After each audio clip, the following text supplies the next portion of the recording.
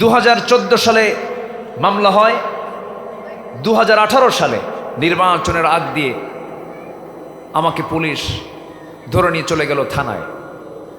OC মহোদয় আমাকে বললেন, হুজুর আমি আপনাকে দারুণ ভালোবাসি, আপনার ওয়াজও শুনি, আমি আপনাকে খুব মোহাব্বত করি, কিন্তু কি করবেন এখন, উপায় তো নাই, জান বাঁচান তো ফরজ। আমি বললাম, ভাইজান রাগ করেন না, ইমান বাঁচান তো নফল। জান বাঁচান ফরজ আর ইমান বাঁচান কি নফল। যারা ইমানকে বিক্রি করে দেয়, যারা দুনিয়াকে কিনে নিয়ে আখিরাতকে যারা বিক্রি করে দিতে চায়, তাদের উপর আল্লাহর রহমত না লানত, রহমত না লানত, লানত। আমাকে ধরে নিয়ে জেলখানায় ঢুকায় দিল। জেলখানায় ঢুকলাম, ঢুকিয়ে দেখে এক বয়স্ক মুরব্বী, 85 বছর বয়স, আমাকে দেখে আমাকে লম্বা একখান সালাম দিয়ে বলে, হুজুর আপনি জেলখানায় আসছেন? আমি খুব খুশি হয়েছি। বললাম, ঢুকলাম জেলখানায়, খুশি হলেন আপনি, ব্যাপারটা কি? বলতেছে, হুজুর অনেক দূর থেকে ওয়াজ শুনি, কাছাকাছি যেতে পারি না, মুসাফা হয় না, একটু গল্প করব সুযোগও হয় না, তো আপনি এত কাছাকাছি আসবেন, এ তো আনন্দের সংবাদ। তা আমি চাচাকে বললাম, চাচা আপনার বয়স কত? 85 বছর। আপনার মামলা কি? বলে যে আমার বিরুদ্ধে মামলা হয়েছে হলো বিস্ফোরক মামলা। মানে উনি বোঝাচ্ছে, বাবা আমার এই হাত দিয়ে আমি নাকি বোমা মারছি। বলেন তো 85 বছরের বুড়ার হাতের ফিটনেস কি আছে? মারতে যাবে একদিকে, যাবে আরেক দিকে, মারতে নিয়ে তার মাথায় পড়বে। 85 বছরের এক বৃদ্ধের নামে মামলা দিয়েছে হলো বিস্ফোরক মামলা।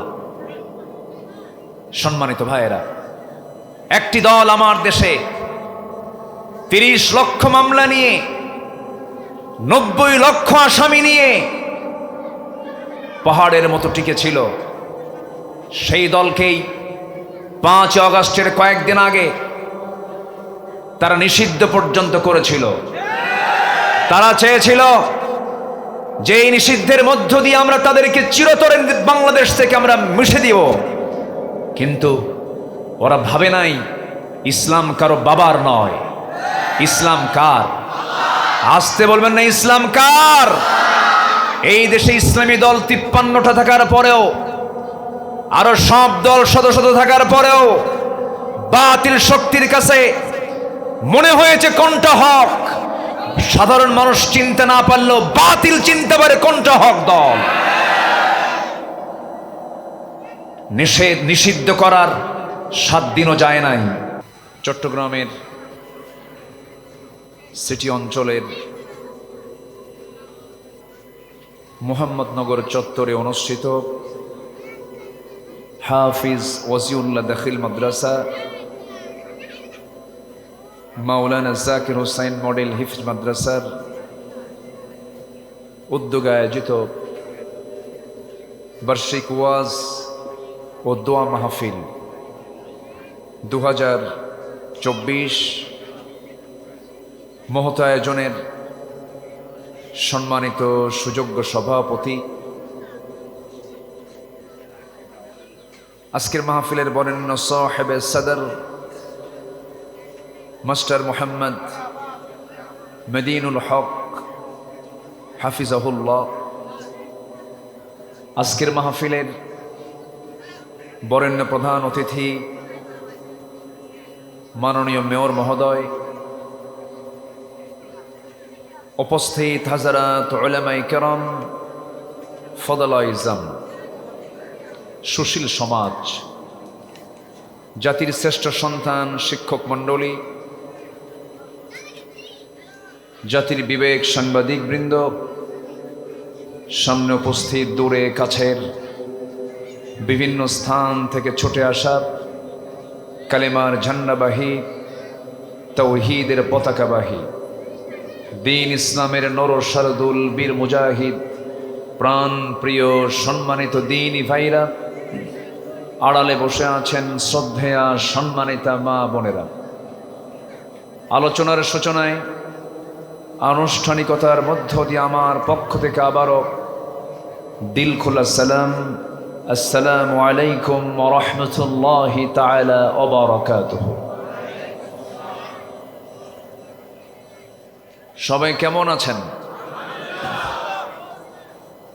আমাকে প্রশ্ন করলেন, আল্লাহ তাআলা আমাকে আপনার মতোই আপনার কাতারেই রেখেছেন। বলি আলহামদুলিল্লাহ।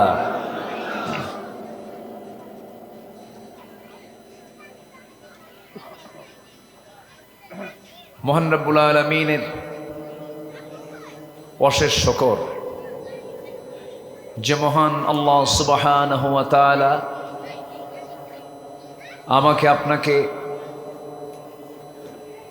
সারা দিনের ভিতরে সবচাইতে ব্যস্তপূর্ণ সময়, সান্ধ্যকালীন সময়ে যে মহান আল্লাহ সুবহানাহু ওয়া তাআলা সকল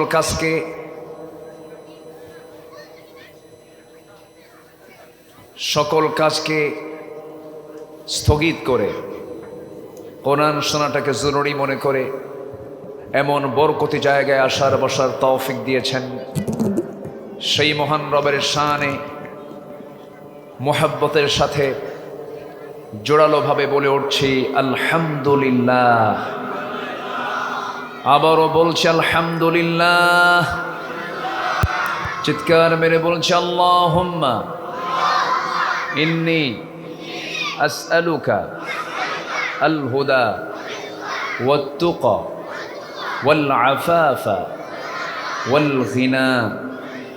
সবাই বলি আল্লাহুম্মা লাকা আসলামতু ওয়া বিকা আমানতু وعليك توكلت وإليك أنبت وبك خاصمت। আমরা আল্লাহ তাআলার শুকর আদায় করে নিলাম। একটু সাইড টক আমার কানে আসছে। মাহফিলের ভিতরে যদি কোরআনের আলোচনার মধ্যে যদি পার্শ্ব কথা, ফিসফিসানি, কানাকানি এরকম যদি হয়, তাহলে মাহফিলের আদবের এটা কি অনুকূল কাজ না খেলাফ কাজ? খেলাফ কাজ। এবং এটা হুকুম, যদি কেউ চুপ না থাকে গুনাহগার হতে হবে। খুব স্পর্শকাতর বিষয় এটা। ফাইদা কুরিআল কুরআন ফাসতামিউ লাহু ওয়া আনসিতু লাআল্লাকুম তুরহামুন। যখন তোমাদের সামনে কোরআনে কারীমের তেলাওয়াত, কিরাআত যখন হয়, সেই সময় তোমাদের কাজ হচ্ছে, এক নম্বর হলো মনোযোগ দিয়ে শোনো এবং চুপ থাকো, তাহলেই রহমত আশা করা যায়। তাহলে আমাদের এই সময় কথা বলা উচিত না থেমে যাওয়া উচিত?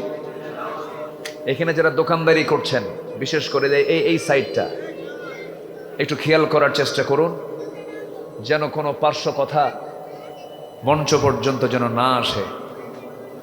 সম্মানিত ভাইয়েরা, সম্মানিত উপস্থিতি, আমি আলোচনার সূচনায় কোরআনে কারীমের গুরুত্বপূর্ণ একটি সূরা সূরাতুন নিসা থেকে প্রথম দিকের দুটো আয়াতে কারীম আমি তেলাওয়াত করেছি। দুটো আয়াতকে সামনে রেখে কিছু কথা আমি বলতে চাচ্ছি। ওয়ামা তৌফিকি ইল্লা বিল্লাহ। সম্মানিত উপস্থিতি, গত বছর এই মাহফিল 2022 সালে এই মাহফিল আমার নেওয়া ছিল। মাহফিল ফেরেশতারা বন্ধ করে দিয়েছিল।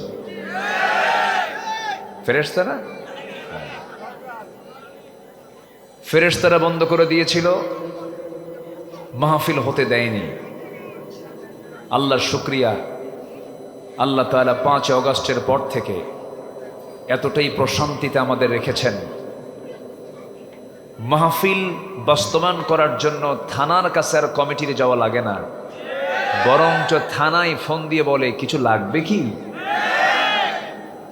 এই যে একটা পরিবেশ, এই পরিবেশ আসার পেছনে, এই পরিবেশটা আল্লাহ আমাদেরকে যে দেওয়া হয়েছে, আমরা যে পেয়েছি, এটার মূল অবদান একমাত্র কেবলমাত্র শুধুমাত্র কার? আসতে বলবেন না কার? তিনি আমাদের এই সুযোগ দিয়েছেন, যিনি প্রভাবশালী জালিম শক্তি ফেরাউনকে পানিতে চুবইয়ে মুসার বিজয় নিশ্চিত করেছেন।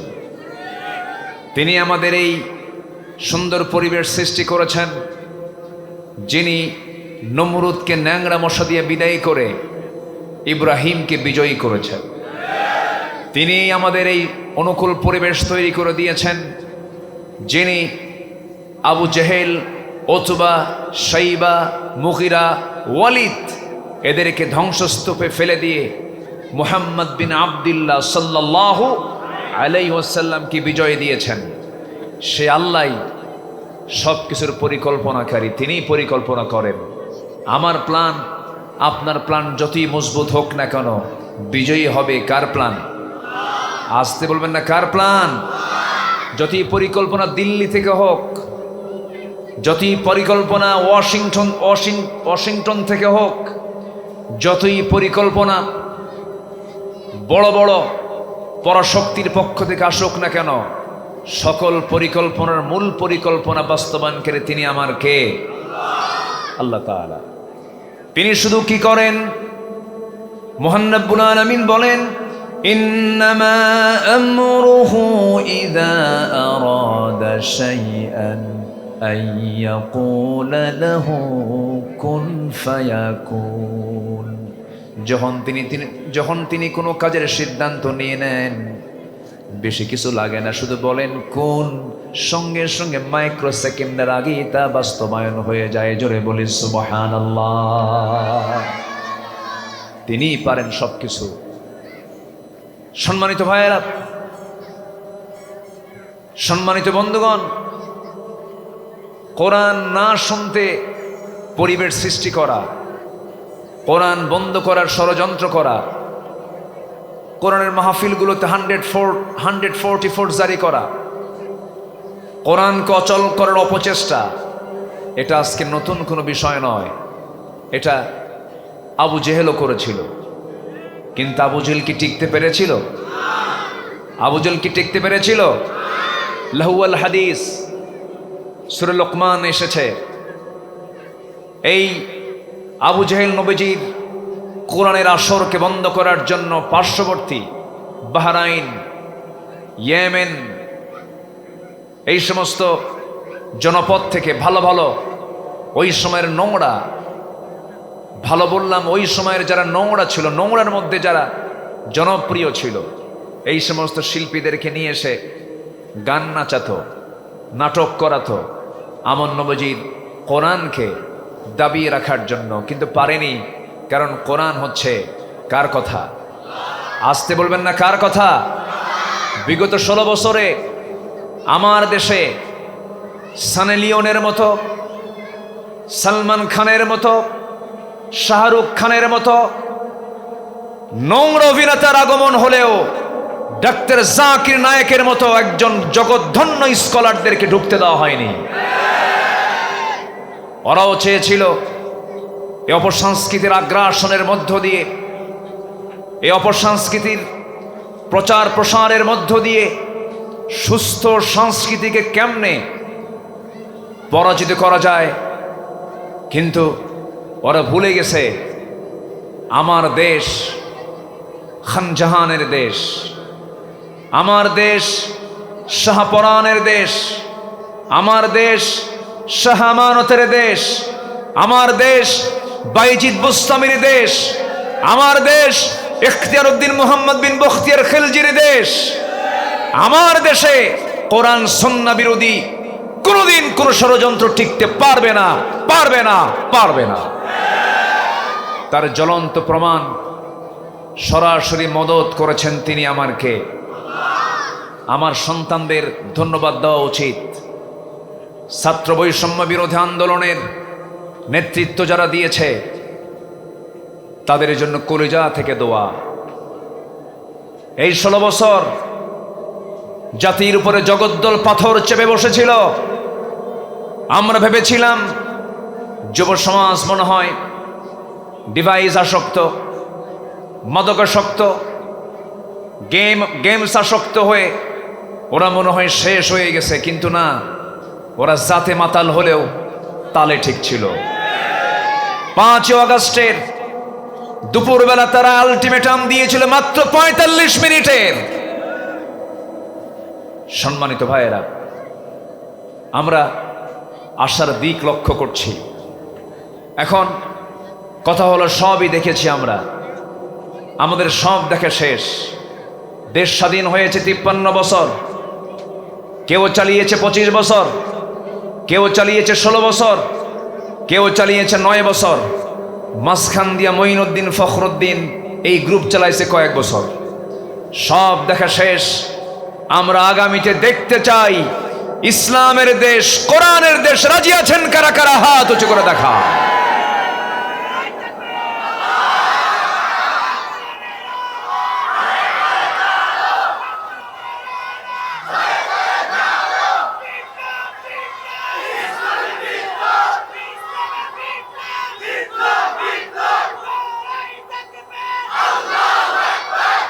আল্লাহ কবুল করুন, জোরে বলি আমিন, আরো জোরে আমিন।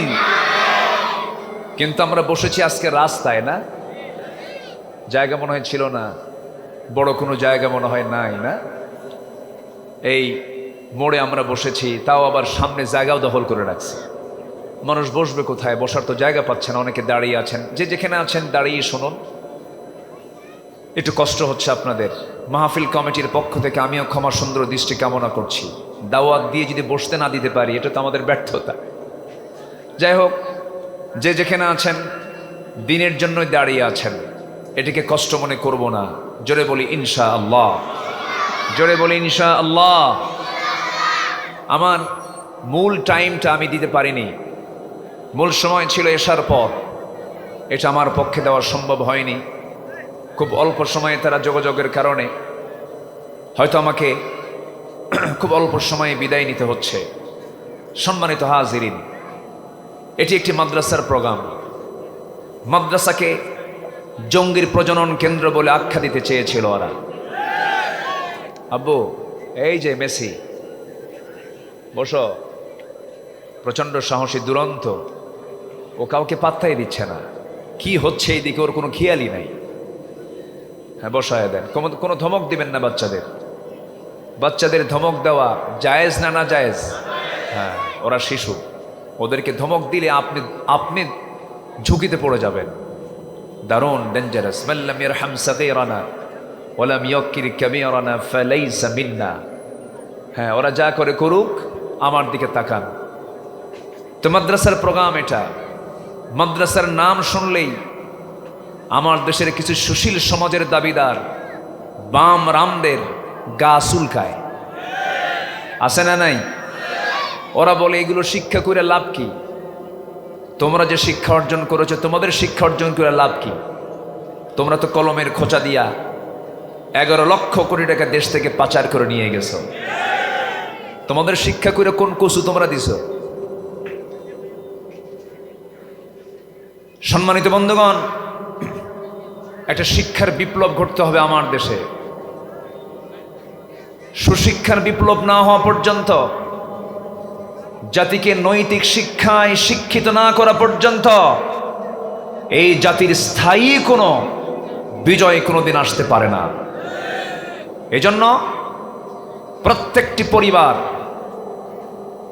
প্রতিটি সন্তানকে, প্রত্যেক অভিভাবক শিক্ষা দেওয়ার আগে সবার আগে দিতে হবে সাধারণ শিক্ষা না ঐশী শিক্ষা? ঐশী অর্থাৎ ওহির শিক্ষা আগে দিতে হবে। ওহির শিক্ষা দেওয়া ছাড়া গোটা দুনিয়ার সব জ্ঞান ঢুকায় দিলেও সে কখনো ভালো হবে না, সে কখনো ভালো হবে না। ভাবতেছেন আপনি আমেরিকা ভালো? আমেরিকায় সবচাইতে বেশি খুন হয়। আমেরিকার মানুষ ভাবতেছেন সুখী মানুষ? সবচাইতে মানসিক রোগীর দেশ হচ্ছে আমেরিকা।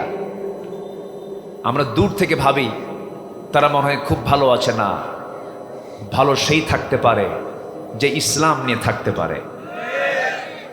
সুস্থ সেই থাকতে পারে যে দিন ইসলাম মেনে চলতে পারে। আপনার পরিবার জাহান্নামের টুকরা হয়ে যাবে যদি ইসলাম না থাকে। আপনার পরিবার হাজার হাজার কোটি টাকার মালিক বানিয়েও, হাজার হাজার কোটি টাকার সম্পত্তির পাহাড় গড়েও আপনার পরিবারকে আপনি শান্তি দিতে পারবেন না যদি তার মধ্যে ইসলাম না থাকে, দ্বীন না থাকে, কোরআন না থাকে। আপনাদের মনে আছে কিনা জানি না, বছর দুয়েক আগের কথা হবে, আমার দেশের একজন অভিনেতা, সাবেক অভিনেতা, এখন অভিনয় বাদ দিছে, বয়স হয়ে গেছে, সে চিটাগাং সিটিকে সিঙ্গাপুর সিটির চেয়েও ডেভেলপ বলেছিল।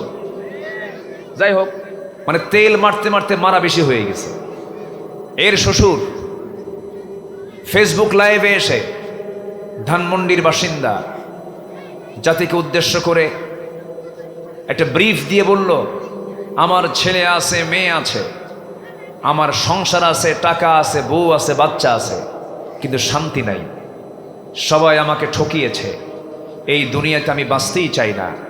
লাইসেন্সওয়ালা পিস্তল দিয়া মাথায় ঠেকিয়ে সুইসাইড করলো, আত্মহত্যা করে সে দুনিয়া থেকে বিদায় নিল। বলুন তো, ধানমন্ডিতে যার বাড়ি থাকে সে কি অভাবী? তার বউ আছে না নাই? তার সন্তান ছিল কি ছিল না? অর্থ করি সব কিছু ছিল কি ছিল না?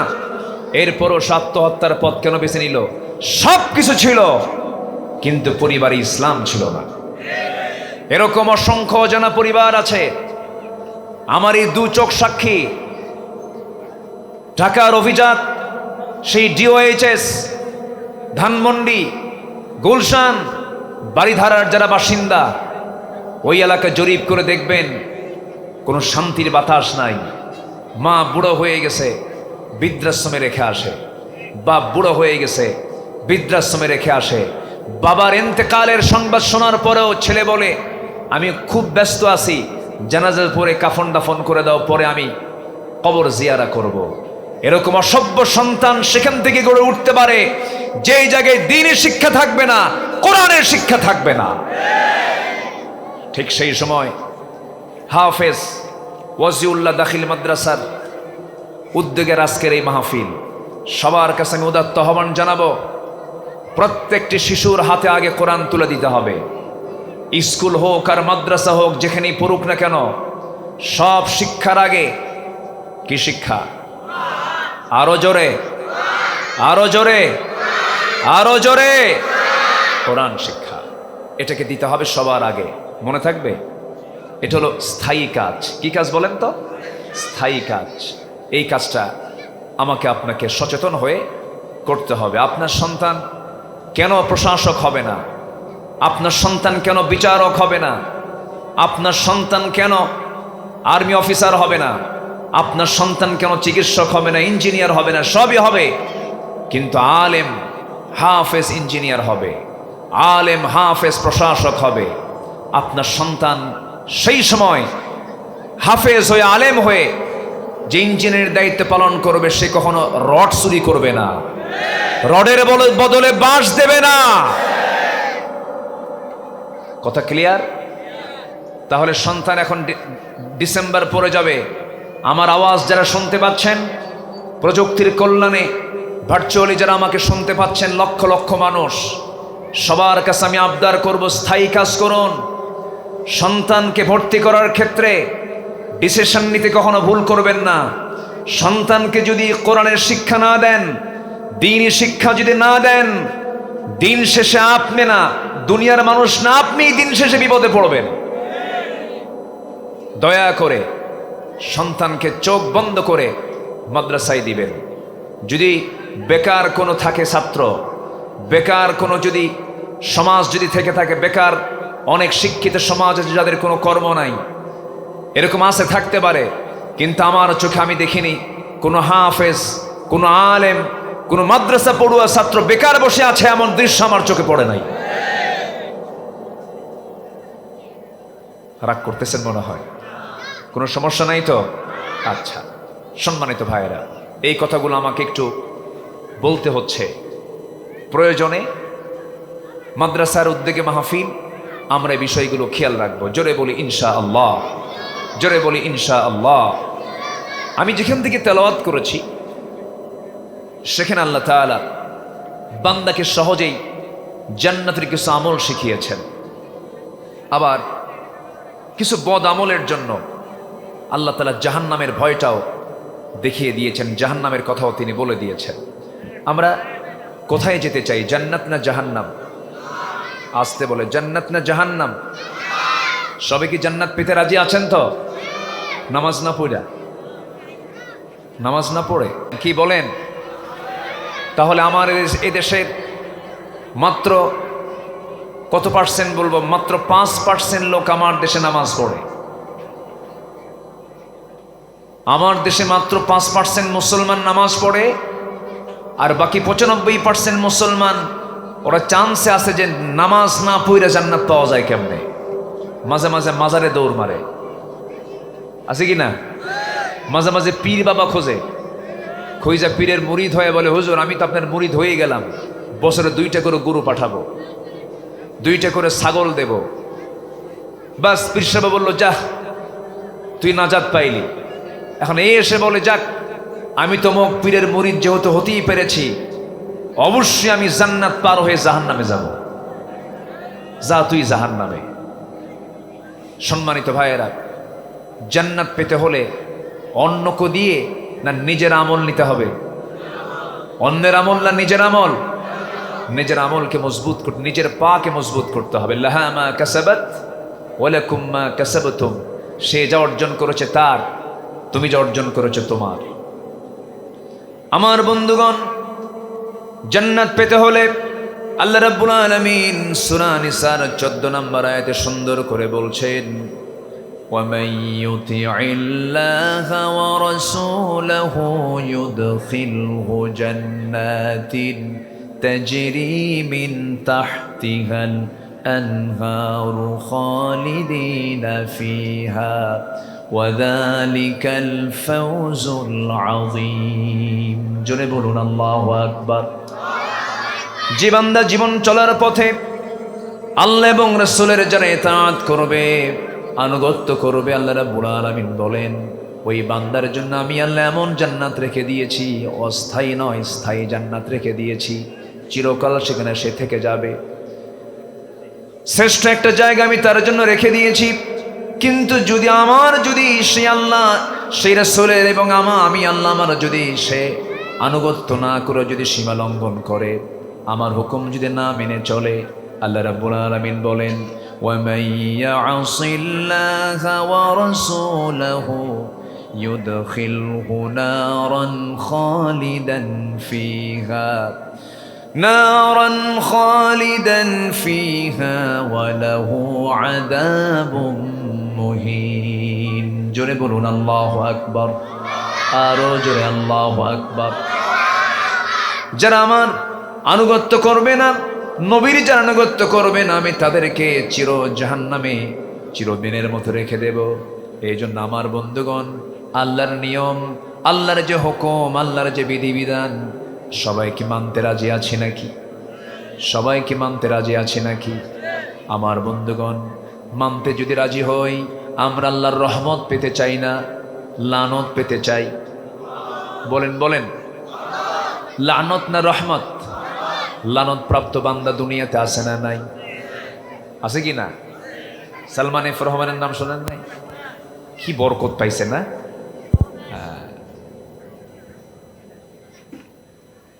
কথা বললি তো বলে যে হুজুর আপনি এগুলো কি কন, ওরা প্রকাশ্য অপরাধ করবে, আমরা বলতে পারবো না। গীবতের সংজ্ঞা অনেকে জানে না।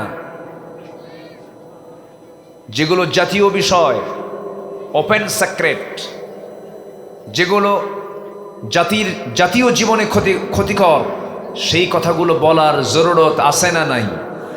আসতে বলবেন না, আছে না নাই? তবে হ্যাঁ, ব্যক্তি চর্চা, ধরুন একটা ব্যক্তি কেন্দ্রিক কথা, ফেসবুক তো এখন হয়ে গেছে একটা কমন প্ল্যাটফর্ম। কিছু হলেই প্রত্যেকে একজন বড় বড় সাংবাদিক তো না, সাংঘাতিক, মনে যা আসে তাই বলে।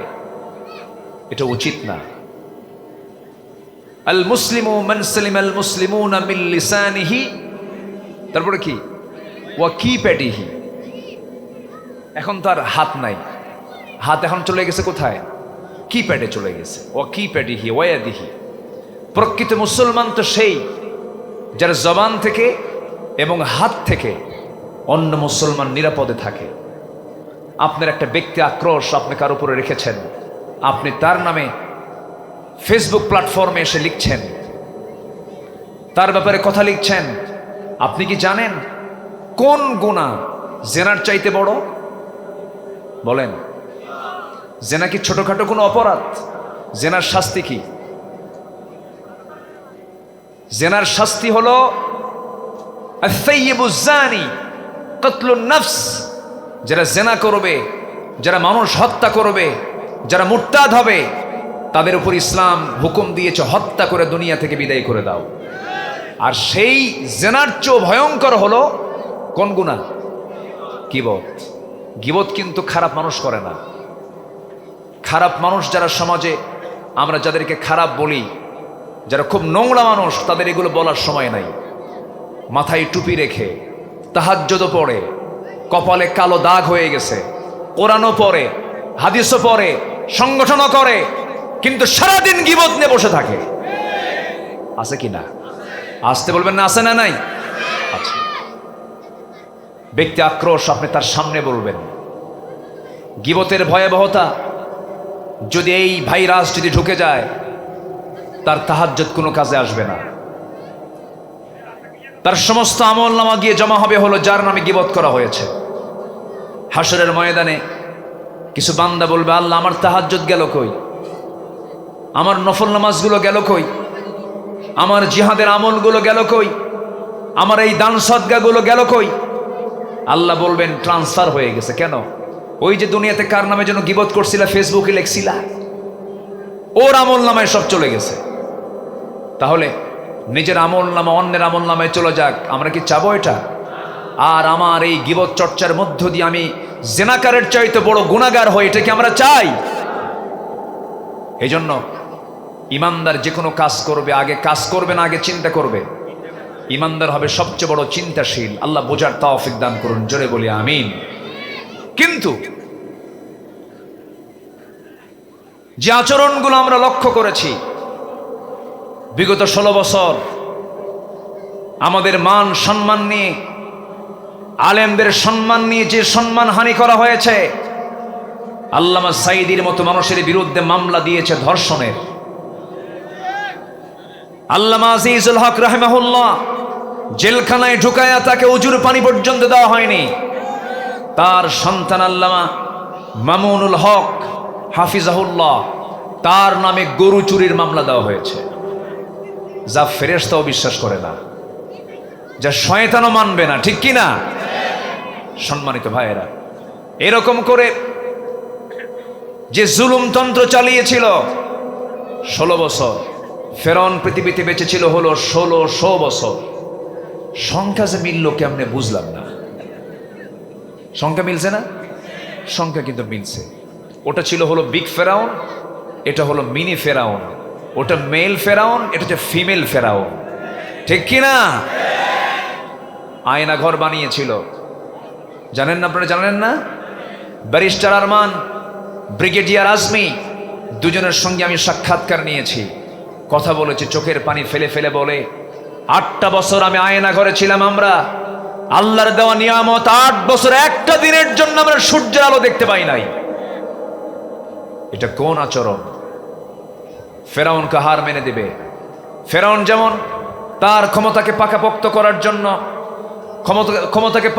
করার জন্য যেমন একজন মহিলার পেট চিরে সন্তান বের করে জীবিত সন্তানকে হত্যা করত, আজকেও যারা এই দুনিয়াতে নিজের পাকাপোক্ত অবস্থান তৈরি করার জন্য, নিজের ক্ষমতাকে পাকাপোক্ত করার জন্য যারা হত্যা রাজনীতি করে এসেছেন এবং করতে চান, তারা সবগুলো হচ্ছে ফেরাউনদের প্রেতাত্মা। ঠিক কিনা? আমাদেরকে সতর্ক থাকতে হবে। আমরা দেশকে গড়তে চাই, এখন কি দিয়া? আসতে বলবেন না, কি দিয়া? রহমত দরকার না লানত দরকার? কার রহমত? কার রহমত? লানতের কাজ করা যাবে? জমিনে বিপর্যয় সৃষ্টি করলে লানত দিবেন কে? আত্মীয়তার সম্পর্ক নষ্ট করলে লানত দিবেন কে? আল্লাহ তাআলা। আমার বন্ধুগণ, আল্লাহর লানত প্রাপ্ত বান্দাগুলো কারা কারা? মোটামুটি কোরআনের আলোকে আমি 10টা শ্রেণীর কথা বলতে চাচ্ছি। নাম্বার 1 হলো জমিনে যারা বিপর্যয় সৃষ্টি করবে।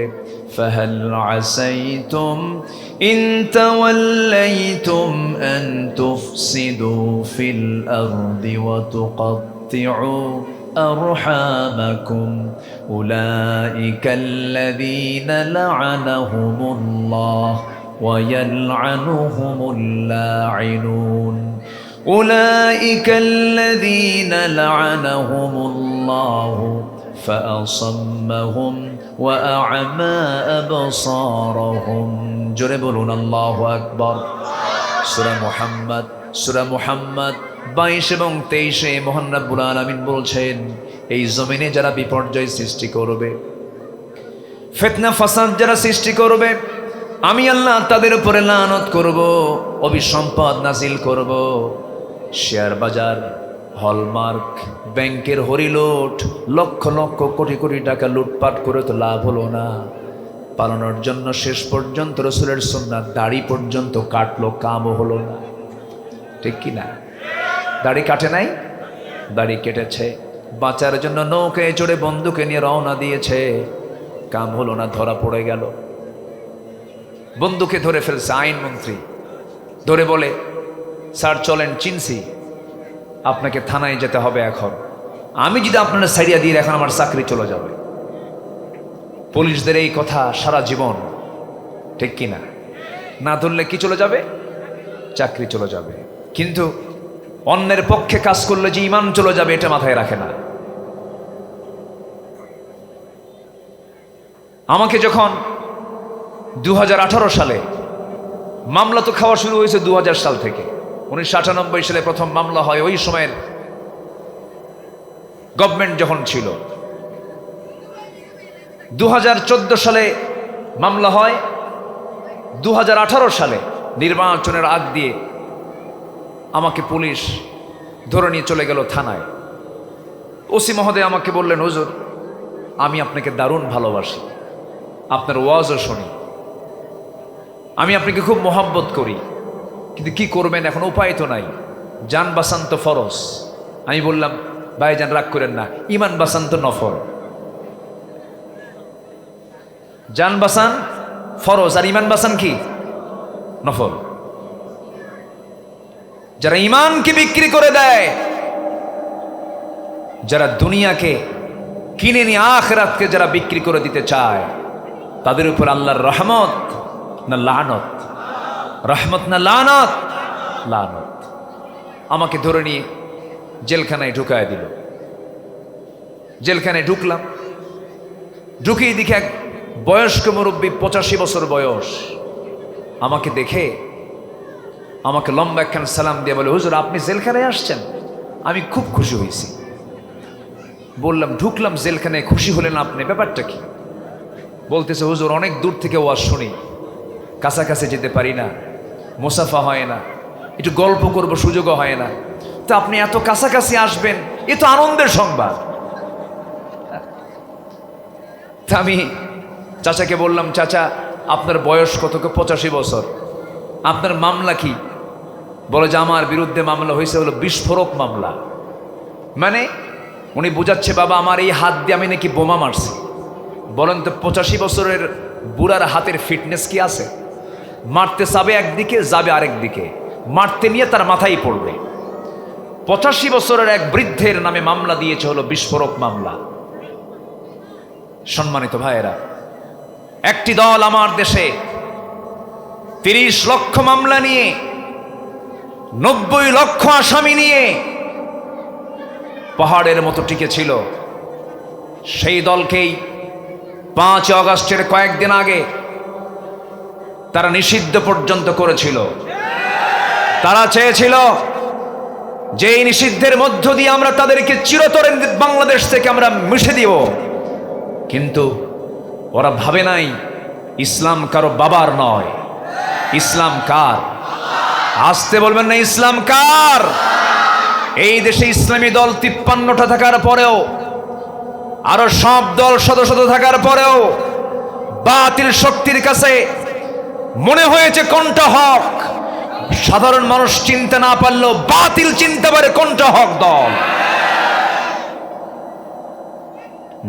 নিষিদ্ধ করার 7 দিনও যায় নাই, ইসলামকে নিষিদ্ধ করতে গিয়ে তারাই নিষিদ্ধ হয়ে গিয়েছে। ঠিক কিনা বলেন? সম্মানিত বন্ধুগণ, সম্মানিত ভাইয়েরা, আমরা আল্লাহর রহমত পেতে চাই না লানত পেতে চাই?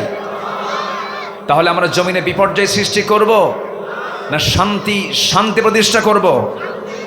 বাপের আইন দিয়ে, স্বামীর আইন দিয়ে, না আল্লাহর আইন দিয়ে? আমার দেশে বাপের আইনও চলছে বহু, স্বামীর আইনও চলছে বহু। কারো বাবার দেশ, কারো স্বামীর দেশ, মাঝখান দিয়ে আমরা শেষ। আমরা এগুলো দেখতে চাই না। আমরা দেখতে চাই আগামীতে ইসলামের দেশ। আল্লাহ কবুল করুন, জোরে বলি আমিন। সম্মানিত ভাইয়েরা, আমার নবীজি যে যুগে এসেছিলেন সেই যুগের মানুষ শুধু নোংরা ছিল না মহা নোংরা ছিল? শুধু বর্বর না মহা বর্বর? শুধু অসভ্য না মহা অসভ্য? একটা ভাঙ্গা পাতিল, মাটির পাতিলকে কেন্দ্র করে ওই আরবের ওই কোরাইশরা যুগের পরে যুগ যুদ্ধ লেগে রাখত। খুনকা বদলা খুন ছিল তাদের নিত্য নৈমিত্তিক ব্যাপার। মেয়ের সন্তান ভূমিষ্ঠ হলেই তাফসীর এসেছে ওই যুগের মায়েরা গর্তের কিনারায় গিয়ে বসে থাকত, দেখত ছেলে না মেয়ে। লিঙ্গ নির্ধারণ করে যখন দেখত মেয়ে হয়েছে, তখনই তৎক্ষণাৎ গর্তের মধ্যে সন্তানকে ফেলে পাথর চাপা দিয়ে শেষ করে দিত। সেই মানুষগুলোকে 1 সুতার কাঠিতে আবদ্ধ করেছেন। কিচ্ছু না, কোনো জাদুমন্ত্র কিচ্ছু নয়, দুনিয়ার কোনো আইন দিয়ে নয়। আমার নবীজি আবু বকর তৈরি করেছেন, ওমর তৈরি করেছেন, আলী তৈরি করেছেন, ওসমান তৈরি করেছেন, খালিদ বিন ওয়ালিদ তৈরি করেছেন, আব্দুল্লাহ বিন রাওহা তৈরি করেছেন, তালহা তৈরি করেছেন, জুবায়ের তৈরি করেছেন। কি দিয়া? কোরআন দিয়ে। সে কোরআন এখনো আছে না নাই? আচ্ছা, মানুষ কত অসভ্য ছিল, ছোট্ট একটা ঘটনা বললেই স্পষ্ট হয়ে যাবে, সবার জানা, একটু মনে করে দেওয়ার জন্য। আমার নবীজির এক সাহাবী নবীর হাতে বায়াত নিয়ে ইসলাম কবুল করলেন। খুব সুদর্শন চেহারা তার, খুব সুন্দর চেহারার অধিকারী সেই সাহাবী। ইসলাম কবুল করার পর দিন থেকে তার মনটা খারাপ। আমার নবীজি বলেন, সাহাবী তোমার মন খারাপ কেন, কি হয়েছে? হুজুর আমি ইসলাম কবুল করেছি, আমার দিলটা নরম হয়েছে, শিরকিয়াতের গন্ধ নাই, কিন্তু একটা অপরাধ বোধ আমার ভিতরে জাগ্রত হয়েছে। কি অপরাধ বোধ? হুজুর দুনিয়াতে বহু অপরাধ করেছি, কোনো কিছুই মনে নাই, কিন্তু একটা অপরাধের তীব্র প্রতিক্রিয়া আমার মধ্যে কাজ করছে। কি বলো তো সাহাবী, মন খুলে বলো। আমার নবীজি ছিলেন মানসিক রোগের ডাক্তার। আল্লাহু আকবার বলে। আমার নবীজি মনের কথাগুলো শুনতেন। বসো তো সাহাবী, কি হয়েছে তোমার, বলো। হুজুর আমি নিজের হাতে নিজের মেয়েকে খুন করেছি, আমার মনে হয় আল্লাহ তাআলা আমার এই গুনাহটা মাফ করবেন না। রাসূল বললেন, শুনেছি বহু কথা এই ব্যাপারে, তুমি একটু আমাকে বলো তো। আমার নবীজি তাকে সামনে বসায় দিলেন। বলো তো।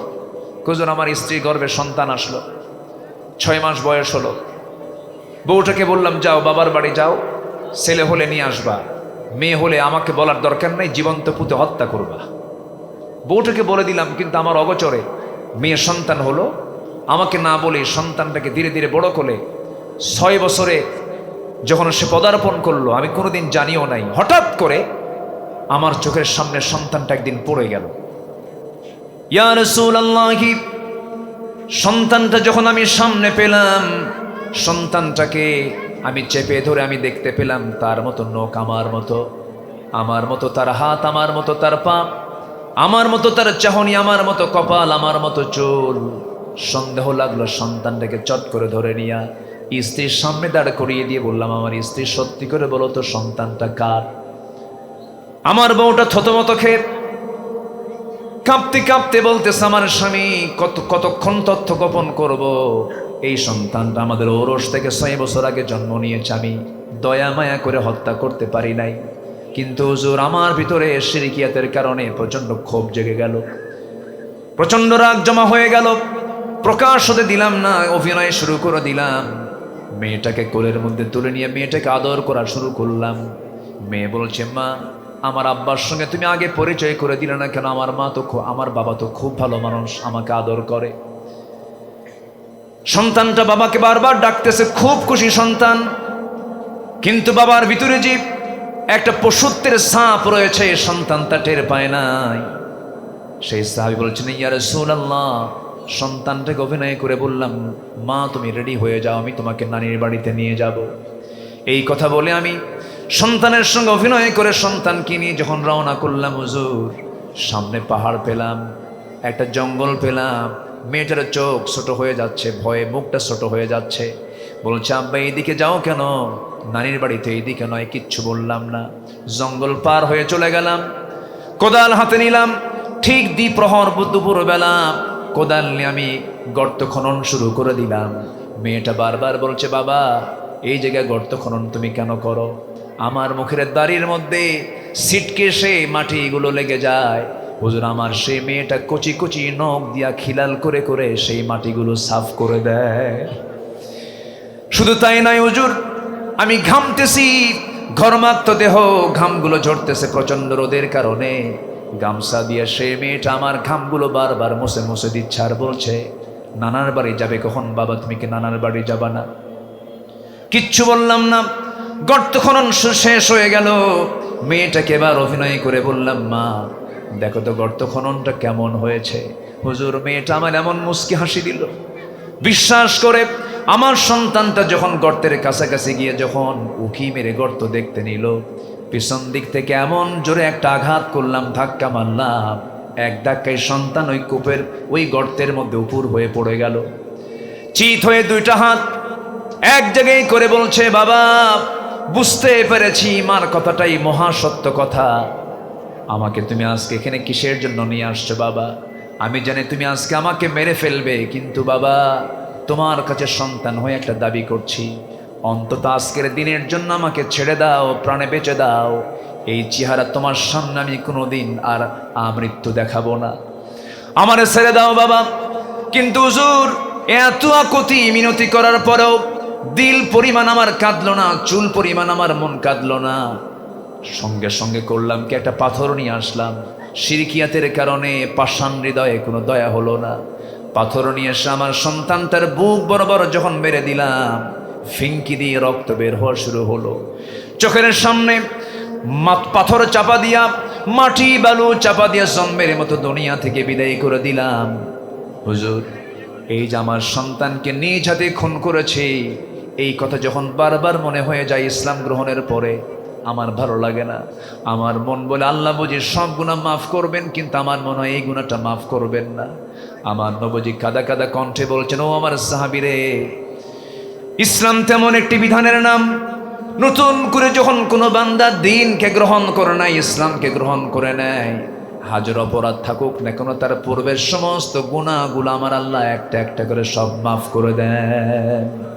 আমার ভাইরা, এই কথাটা যদিও সবার জানা, কিন্তু একটু ডিপলি চিন্তা করে দেখুন, সেই মানুষগুলো ভালো হয়ে গেল, সেই অসভ্যগুলো পৃথিবীর সবচেয়ে সভ্য মানুষের রূপ নিল। ওমরের মতো মানুষ রাসূলকে মারার জন্য নাঙ্গা তরবারি নিয়ে যায়, সে ওমর ভালো হয়ে গেলেন। কিসের সংস্পর্শে এসে বলেন? কোরআনের সংস্পর্শে এসে। আমার বন্ধুগণ, এই জন্য আমরা মূল জায়গায় চলে আসব, ইসলামের প্ল্যাটফর্মে চলে আসব। রহমত প্রাপ্ত বান্দা হতে হলে ইসলাম মানার দরকার আছে না নাই? আসতে বলবেন না, আছে না নাই? আমরা জমিনে অশান্তি চাই না, শান্তি চাই। যারা জমিনে ফিতনা সৃষ্টি করবে, লানত পড়বে কার? আসতে বলবেন, লানত পড়বে কার? আরেকটা পালানোর জন্য দৌড় মারছিল সিলেটের দিকে। 2 বছর আগে আমি সহ 116 জন আলেমের তালিকা করেছিল, আমরা নাকি রাষ্ট্রবিরোধী। 116 আলেমের তালিকা করে মামলার প্রস্তুতি নিচ্ছিল। 2 বছর পার হয়নি, আজকে তাদের তালিকা শুরু হয়েছে। বিচারপতি শামসুদ্দিন, কালা টালা বলার দরকার নেই, আল্লাহ বানাইছে কালা, এই জন্য কালা বলবে। বিচারপতি শামসুদ্দিন মানিক মুখে তো হাসিই নাই, ও তো হাসছে কিনা কোনোদিন আমি জানি না। যে লোকটা হাসে না তার বউ যে থাকে কেমন আমার বুঝে আসে না। যে মহিলার স্বামী হাসে না, আমার তো মনে হয় তাদের বউরা দোয়া করে, আল্লাহ এ মরবে কোন দিন বেঁচে যায়। এই শামসুদ্দিন মানিক কি করে নাই, আল্লামা সাইদির বিরুদ্ধে ফাঁসির রায় দিয়ে সে বুক উঁচু করে বলে, আমি গর্বিত, আমি সাইদির বিরুদ্ধে ফাঁসির রায় দিতে পেরেছি। এই বেয়াদব পালানোর জন্য সে সিলেট হয়ে ত্রিপুরা হয়ে দিল্লি যাবে। সিলেটবাসী তার ভালো মেহমানদারি করেছে, ভালো আপ্যায়ন করেছে, মোটামুটি বিসি একটা আউট করে দিছে। জানেন না আপনারা? জানেন না এগুলো? জানেন না? এতদিন তালিকা করেছে ওরা আমাদের সময় এসেছে এখন সকল নাস্তিক মুরতাদদের তালিকা করার। জাহাঙ্গীরনগর ইউনিভার্সিটির শিক্ষাঙ্গনকে কলঙ্কিত করেছে আরেক মানিক, যে 100টা মেয়ের চরিত্র নষ্ট করে, ধর্ষণের সেঞ্চুরি করে, সাংবাদিক সম্মেলন করে মিষ্টি বিতরণ করেছিল। এই সমস্ত কুলাঙ্গারদের ধরে প্রকাশ্যে ঝুলে মেরে এদের রক্ত মাংস হাড় হাড্ডি কুত্তা বিলাই দিয়ে খাওয়ানো দরকার। রাজি আছেন কারা কারা? হাত উঁচু করে দেখান।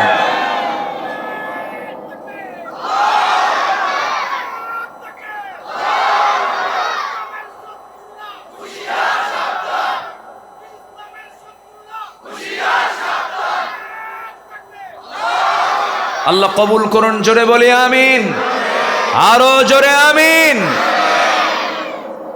কষ্ট পাচ্ছেন মনে হয়? কোনো অসুবিধা নাই তো? বলি আলহামদুলিল্লাহ। সবে নামাজ পড়ি 5 ওয়াক্ত, ভালো করে কন, 5 ওয়াক্ত হয়তো? এটা কার হক? আসতে বলবেন না, কার হক? আল্লাহ বান্দার উপরে সবচেয়ে বেশি রাগ করেন কখন জানেন? যখন বান্দা নামাজ ছাড়ে। ফাখালাফা মিন বা'দিহিম খালফুন আদাউস সালাহ ওয়াত্তাবাউশ শাহাওয়াতি ফাসাউফা ইয়ালকাউনা গায়্যা। যারা নামাজকে নষ্ট করে আমি তাদেরকে শুধু জাহান্নাম দেব না, জাহান্নামের গর্ত, খাই নামক গর্তের মধ্যে ঢুকাবো। নাউজুবিল্লাহ বলে। এই 53 বছর যদি আমার দেশের সকল নেতারা যদি এই জাতির চরিত্র সুন্দর করার জন্য যদি নামাজের আহ্বান করত, নামাজের পার্সেন্টেজ আজকে 5% থাকতো না। মিনিমাম প্রত্যেক নেতা যদি তার কর্মীকে বলতে নামাজ পড়তে হবে, এই দেশের ম্যাক্সিমাম মুসলমান নামাজি হয়ে যেত। কিন্তু তারা কি দিয়েছে? যে নেতা, যুবক আজকের মাহফিলে বেশি তোমরা মাথায় শুনে নাও, যে নেতা তোমাকে নামাজের কথা বলবে না, যে নেতা তোমার হাতে অস্ত্র তুলে দেবে, যে নেতা তোমার হাতে মদের বোতল তুলে দেবে, যে নেতা জেনা করার জন্য তোমার হাতে নারী তুলে দেবে, যে নেতা তোমাকে দুর্নীতিতে আক্রান্ত করবে, ওই সমস্ত নেতৃত্বের মুখে তোমরা জুতা মারো, থুতু মারো। ওই নেতৃত্ব মানা যাবে না, কারণ ইয়াউমা নাদউ কুল্লা উনাসিম বিইমামিহিম, হাশরের ময়দানে প্রত্যেক ব্যক্তিকে তার নেতা সহ ডাকা হবে। এই জন্য নেতৃত্ব, নেতা নির্বাচন করতে গেলে আগে আনুগত্য না আগে চিন্তা করতে হবে? আগে চিন্তা করে এরপর আনুগত্য করব আমরা। জোরে বলি ইনশাআল্লাহ, আরো জোরে বলি ইনশাআল্লাহ। আল্লাহ লানত দেন 10 শ্রেণীর উপরে। কয় শ্রেণীর উপরে? 10 শ্রেণী। নাম্বার 1 আমরা শিখলাম, যারা জমিনে বিপর্যয় সৃষ্টি করবে আল্লাহ তাদের উপরে লানত দিয়ে দেন। লানত পড়েছিল ফেরাউনের, লানত পড়েছিল আবু লাহাবের, লানত পড়েছিল ফেরাউনদের, নমরুদদের। বর্তমান দুনিয়াতে যারাই সেই ফেরাউনদের প্রতিনিধিত্ব করছে তাদের উপর আল্লাহ লানত পড়া শুরু হয়ে গেছে। সম্মানিত ভাইয়েরা, তুকাত্তিউ আরহামাকুম, যারা আত্মীয়তার সম্পর্ক ছিন্ন করবে আল্লাহ বলছেন আমি তাদের উপরে লানত দেব। দেখবেন নিজের বোনের খবর রাখে না, ধর্মের বোন বানায়। এলাকায় আছে কিনা জানি না, ধর্মের বোন বানায়। ধর্মের বোন আবার বউ হয়ে যায়, আছে কিনা বলে? বউ হয়ে যায়। তাহলে সেই বোন কেমনে আর বোন হয়? এগুলো ইসলামে জায়েজ নাই। আমরা ওই আয়াতের দিকে যাব যে আয়াত আল্লাহ তাআলা 14 জন নারীকে ছাড়া পৃথিবীর সকল নারীকে বিয়ের জন্য হালাল বলেছেন। 14 জন নারী হচ্ছে মাহরাম, এদের সঙ্গে পর্দা নাই, দেখা করা জায়েজ আছে, কিন্তু এদের সঙ্গে বিয়ে হওয়া কি হারাম। আর যাদের সঙ্গে বিয়ে হারাম না, তাদের সঙ্গে দেখা করা, বলেন, যাদের সঙ্গে দেখা করা জায়েজ আছে তাদের সঙ্গে বিয়ে হওয়া কি হারাম। আর যাদের সঙ্গে দেখা জায়েজ আছে তাদের সঙ্গে যদি হারাম হয়, যাদের সঙ্গে দেখা করা জায়েজ নাই, যাদের সঙ্গে বিয়ে জায়েজ আছে তাদের সঙ্গে দেখা করা জায়েজ নাই, হারাম।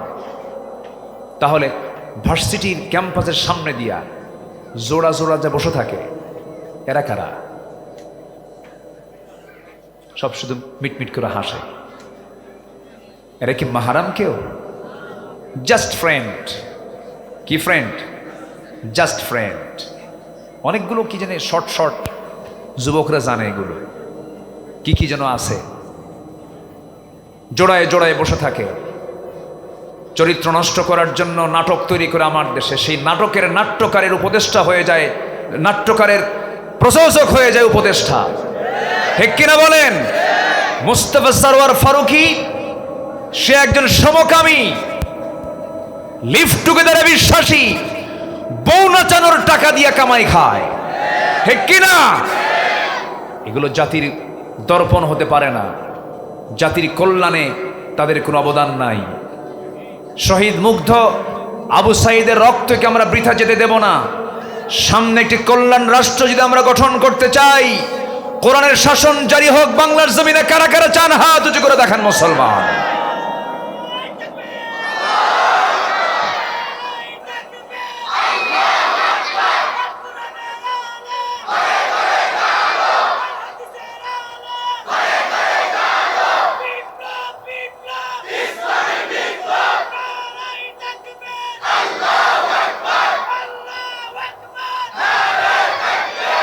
আল্লাহ কবুল করুন, জোরে বলে আমিন, আরো জোরে আমিন। সম্মানিত ভাইয়েরা, কিছুক্ষণের মধ্যেই মনে হয় আজান হবে। আজানের সময় মনে হয় হয়ে যাচ্ছে। কয়টায় আজান? আজান কি আশেপাশে শুরু হয়েছে? আচ্ছা ঠিক আছে, আমার দিকে তাকান, আমি শর্টলি বলে ফেলছি। আল্লাহর রহমত প্রাপ্ত বান্দা আমরা হব। লানত যাদের উপরে করা হয়, লানতের যে সমস্ত কন্ডিশনগুলো আল্লাহ তাআলা তুলে ধরেছেন, লানত প্রাপ্ত বান্দাদের থেকে আল্লাহ পাক আমাদেরকে পরহেজ রাখুন, জোরে বলি আমিন। বিপর্যয় সৃষ্টি করতে যাব, আত্মীয়তার সম্পর্ক নষ্ট করতে দেব না। নাম্বার 3 হলো যারা সীমা লঙ্ঘনকারী, যারা কি সীমা লঙ্ঘন করবে, আল্লাহ তাদের উপরে কি দেন? লানত দেন। আল্লাহ রাব্বুল আলামিন বলেন, لعن الذين كفروا من بني إسرائيل على لسان داود وعيسى بن مريم ذلك بما عصوا وكانوا يعتدون জোরে বলুন আল্লাহু আকবার। সূরাতুল মায়েদা ভার্স নাম্বার 78 আল্লাহ রাব্বুল আলামিন বলছেন, এই পৃথিবীতে যত জাতি সীমালঙ্ঘন করেছে, এর মধ্যে সবচাইতে বড় সীমালঙ্ঘন জাতির নাম ইহুদি জাতি। সেই ইহুদি জাতি আজও পৃথিবীতে আছে না নাই? আসতে বলবেন না, আছে না নাই? সমকামিতাকে প্রমোট করা, হোমোসেক্সকে প্রমোট করা, লিভ টুগেদারকে প্রমোট করা সহ আকাম কুকাম যতগুলো আছে সব কিছুর মূল হোতা হলো ইহুদির বাচ্চারা। গোটা দুনিয়াতে কি লাঞ্ছনা এদের দেখেন। গোটা পৃথিবীর বিজনেস এরা কন্ট্রোল করে, অস্ত্র এরা কন্ট্রোল করে, অ্যাটম বোমা সহ, অস্ত্র সহ, অর্থ সহ, বিজনেস সহ সব কিছু ওরা কন্ট্রোল করার পরেও আজকে গোটা দুনিয়াতে 2 শতাধিক রাষ্ট্রের মধ্যে সবচাইতে বিতর্কিত রাষ্ট্র হলো ইসরায়েল, কারণ তাদের বৈধ কোনো ভূমি এই জমিনে নাই। ঠিক কি না? ওরা কি বাড়িওয়ালা না ভাড়াটিয়া? বলেন, ভাড়াটিয়া। ভাড়াটিয়া হয়ে আসছিল, বাড়িতে ওঠার পরে কয় এটাই বাড়ি আমার। সম্মানিত বন্ধুগণ, কত অভিশপ্ত এরা। একটা জাতিকে আল্লাহ তাআলা বানর বানিয়েছিলেন। কাদের বলেন? কোন জাতি বলেন? এই ইহুদি। ওয়ালাকাদ আলিমতুমুল্লাযীনা আতাদাউ মিনকুম ফিস সাবতি ফাকুলনা লাহু কুনু কিরাদাতান খাসিইন। শনিবারের বিধান যখন তারা লঙ্ঘন করেছিল, সেই সময় তাদেরকে আল্লাহ তাআলা নিকৃষ্ট বানর রূপ দিয়েছিলেন। তিনি কে? এই লানত আল্লাহ তাআলা কেন দিয়েছিলেন? ওয়ালাকাদ আলিমতুমুল্লাযীনা আতাদাউ মিনকুম ফিস সাবতি, তার শনিবারের যেটা বিধান ছিল, তাদের শনিবারের বিধানকে যখনই লঙ্ঘন করেছিল, আল্লাহ তাদের উপরে কি নাজিল করেছেন?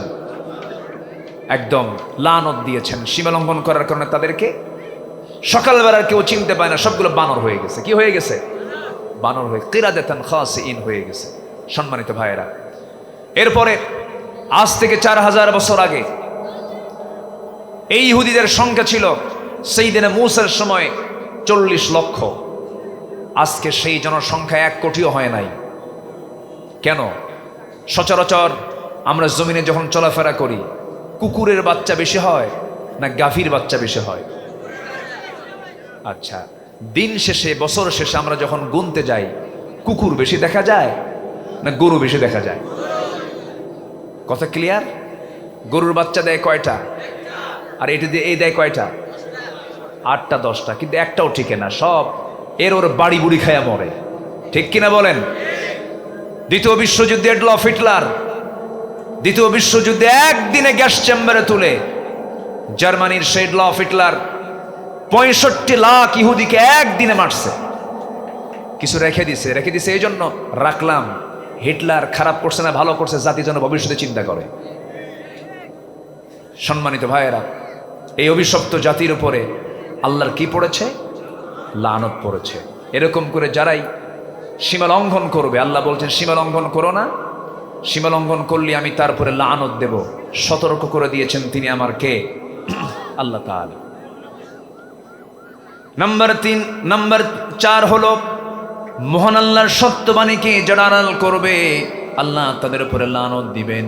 ইন্নাল্লাযীনা ইয়াকতুমুনা মা আনজালনা মিনাল বায়্যিনাত ওয়াল হুদা মিন বা'দি মা বায়্যানাহু লিন-নাসি ফিল কিতাব উলাইকা ইয়ালআনুহুমুল্লাহু ওয়া ইয়ালআনুহুমুল লাঈনুন। জোরে বলুন আল্লাহু আকবার। সূরাতুল বাকারা আয়াত নম্বর 159। আল্লাহ রাব্বুল আলামিন বলেন, যারা আমার আয়াতকে যারা গোপন করবে, ইচ্ছা করে মানবে কিছু, ইচ্ছা করে মানবে না কিছু। আফাতুমিনুনা বিবাদিল কিতাব ওয়া তাকফুরুনা বিবাদ, যারা কিতাবের কিছু অংশ মানবে কিছু অংশ মানবে না। ওই আয়াত আল্লাহ বলছেন খিজিয়ুন ফিল হায়াতিদ দুনিয়া, দুনিয়ার জীবনে লাঞ্ছিত হবে। আর এই আয়াত আল্লাহ রাব্বুল আলামিন বলছেন এই সমস্ত বান্দার উপরে আমি আল্লাহ আমার লানত। জোরে বলি নাউযুবিল্লাহ। আমার দেশে বহু মুসলমান আছে কোরআন দিয়ে নামাজ পড়তে রাজি, কিন্তু কোরআন দিয়ে সমাজ গড়তে রাজি নয়। আছে না? আছে কিনা বলেন? বলেন নামাজ হলো কোরআনের জন্য, কোরআন হলো নামাজের জন্য, কোরআন আবার রাষ্ট্রে আসবে কেন? এই চিন্তায় বিশ্বাসে কিছু বলেন আছে কিনা? আছে কিনা? আছে কিনা? আছে। কোরআন শুধু নামাজের জন্য নাজিল হয়নি। এত বড় কোরআন শুধু নামাজের জন্য আল্লাহ পাক দেননি। কোরআন দিয়ে ব্যক্তি চলবে, সমাজ চলবে, রাষ্ট্র চলবে, বঙ্গভবন চলবে, সচিবালয় চলবে, বিচার চলবে, আদালত চলবে কোরআন দিয়ে। ঠিক কিনা? এই চিন্তা যারা লালন করে তারাই মুসলিম। আর এই চিন্তা যারা লালন করে না, তারা হাজার বার হজ করুক, নামাজ পড়ুক, রোজা রাখুক, যা করুক না কেন, সে এখনো তার ঈমান নবায়ন করতে পারে নাই। কথা ক্লিয়ার? কথা ক্লিয়ার? আসুন, সময় তো কম, আমাকে দ্রুত শেষ করতে হচ্ছে। নাম্বার 5, যারা বিনা কারণে কোনো মানুষকে হত্যা করবে। আমার দেশে হত্যা আছে না নাই বলেন তো? আছে। হত্যাটা এটা এমন একটা অপরাধ, আল্লাহ তাআলা এক জায়গায় বলেছেন, যে ব্যক্তি একটা মানুষকে অন্যায় করে হত্যা করলো, ফাকাতালান নাস জামিআ, সে যেন গোটা পৃথিবীর সকল মানুষকে মেরে ফেললো।